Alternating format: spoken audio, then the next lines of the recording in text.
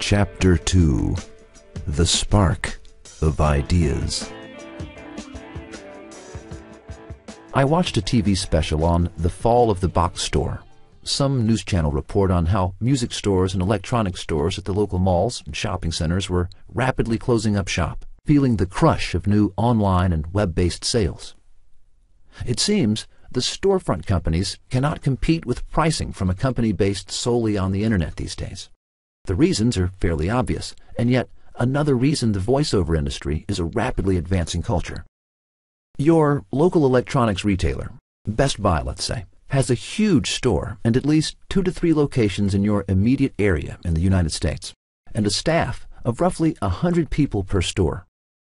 That means that product sales have to not only pay for the products, sales, importing and delivery, customer service, international advertising expenses, TV promos, blah-blah-blah, but also has the large expense of staffing each of these stores, which includes paychecks, benefits, insurance, training, the list goes on.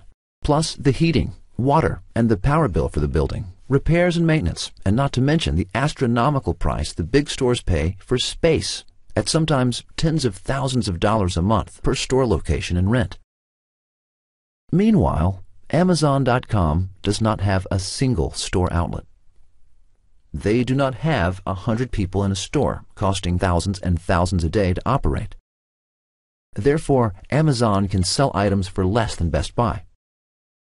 Suddenly, people begin to shop around Best Buy, find the item they like, and rush home and purchase it online for a fraction of the retail store cost on Amazon. This is why businesses across the globe are completely rewriting the way they've been doing business, and adapting is essential to survival. Even major banks are changing the way the average office works. A few friends of mine work for Bank of America from home. It's simple math. The employee has more time to devote to work and less time devoted to commuting back and forth in hours of traffic every morning and afternoon, then taking up an office space in that expensive Bank of America building, using the company's internet, lights, coffee, parking passes, etc.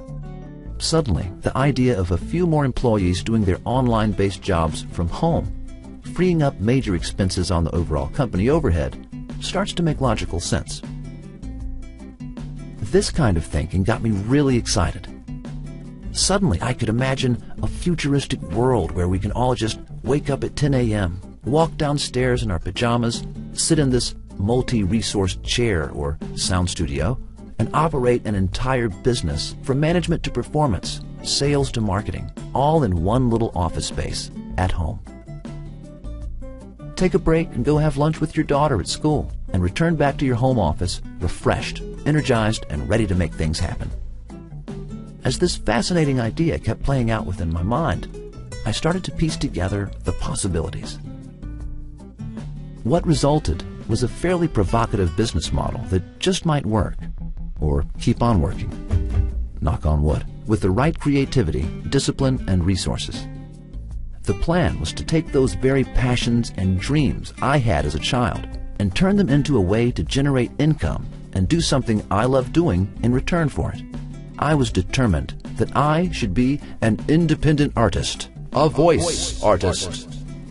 It was my calling, and it was time to stop fooling around and answer it. So, what exactly does a voice artist do? Well, I'm glad you asked.